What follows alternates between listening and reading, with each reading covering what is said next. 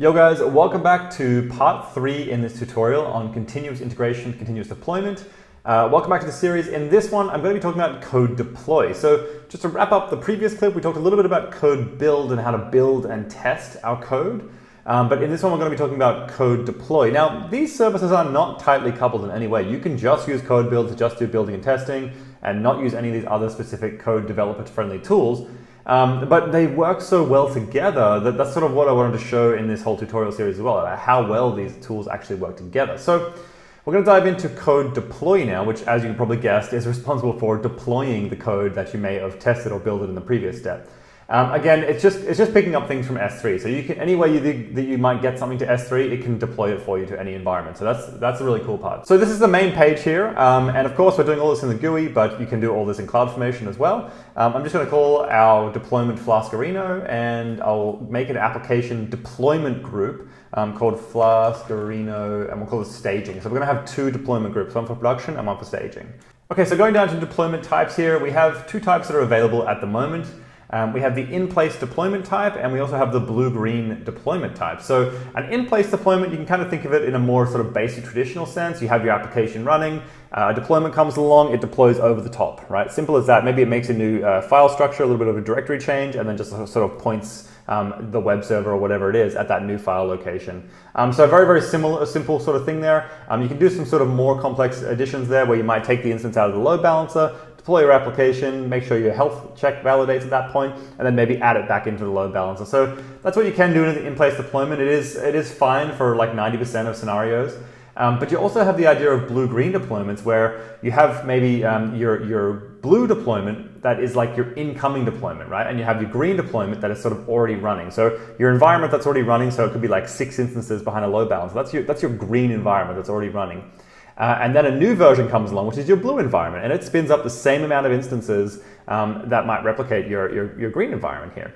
And it will actually deploy to the blue environment and make sure that the application's running there. And then when everything's both like on par and both when they're at parity, it'll just swap the traffic from the green one to the blue one. And the cool thing about that is that you actually keep the green group, which becomes the sort of the one that's about to be killed off. It keeps it there in case there's an issue with the new version, and then it can just sort of reroute traffic back to the old one if there's any sort of issues with the deployment, or your health checks might fail, or you can keep it there for X amount of minutes or hours or days even, as sort of a quick fallback guide. If you need to go back to your old version really quickly, that's super easy to do in a blue-green, but a little bit harder in an in-place deployment because you've already sort of deployed over the top, so you would have to sort of roll forward in that sense. So that's a little bit trickier.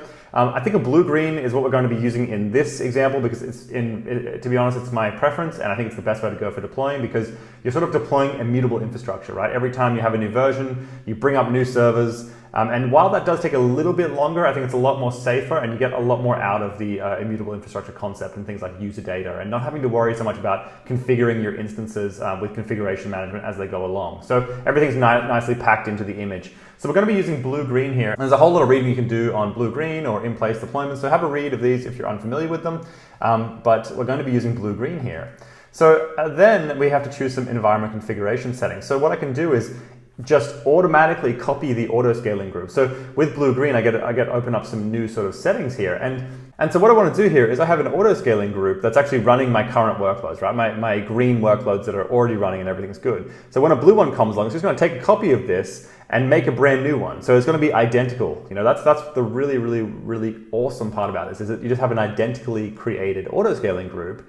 And you don't have to worry about any sort of configuration. So here I can just say automatically copy that auto-scaling group, and I can just say it's the Flaskerino staging auto-scaling group. So that's the one you should copy. The instances will again come up, they'll run their user data, they'll do everything they need to do, and then they're going to get the deployment of that application, and then they're going to have the traffic routed to them based on the succession, through the steps. If they pass their health check and they're ready, then they'll get the traffic, and the old ones will get killed off. So here we have the 2 instances that are there. Of course, enable load balancing is already ticked because this auto-scaling group is part of a target group, and that target group is behind a load balancer. So here I can actually choose the load balancer, and I'm going to say Flaskerino staging.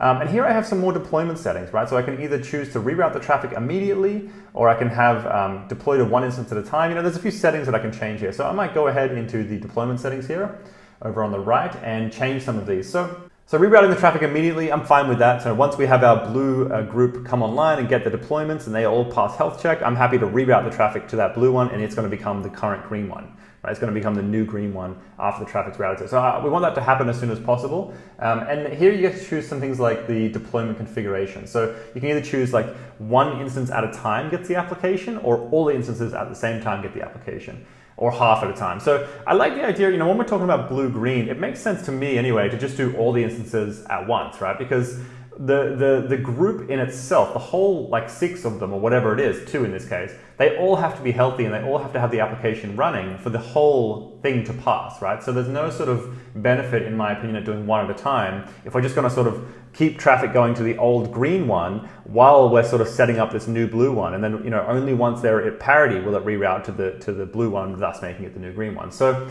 I like the idea of all at once here, and it's actually going to be quicker for us in a sense as well. So here down the bottom, I can actually choose to what happens with the old group. So when the blue one that comes up becomes the green one, like once he's actually had the traffic routed to him, what happens with the old one here? So I can either choose to leave this here for a certain amount of days. I can choose to manually just delete it myself and just keep it there and not do anything.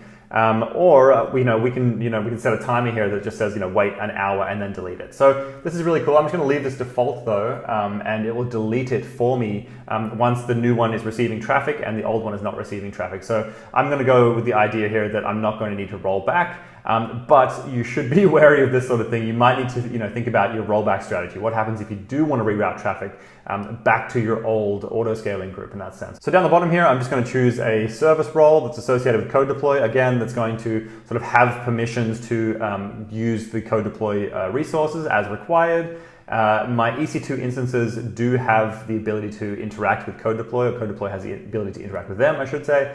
So this makes that sort of seamless in that sense, where you need the IAM side of things to make sure everything's smooth.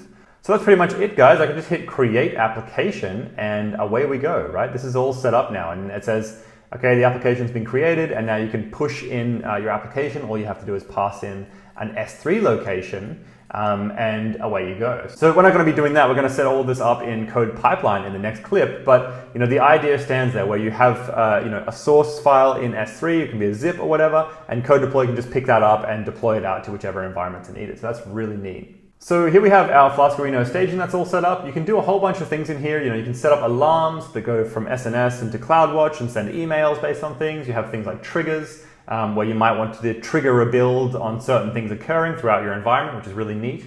You can even deploy with CodeDeploy to on-premise instances. So this is not just like locked into AWS, for example. You can actually, wherever there's a CodeDeploy agent installed, you can actually target that with this service and deploy your application. So it's really, really cool in that sense. You're not tied into the AWS in a sense with this.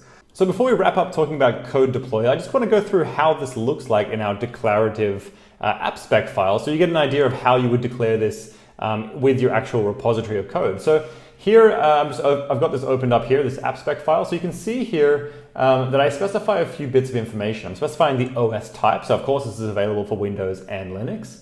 And I specify the files. So I want to take everything that's going to be in the current working directory. So everything that's in that S3, it's going to pick that out of S3, and then it's going to look in that zip file. And I want to take everything out of there, and I want to put it into a destination. So here I'm just going to put it into var www, right? So you can put it anywhere on the file system though.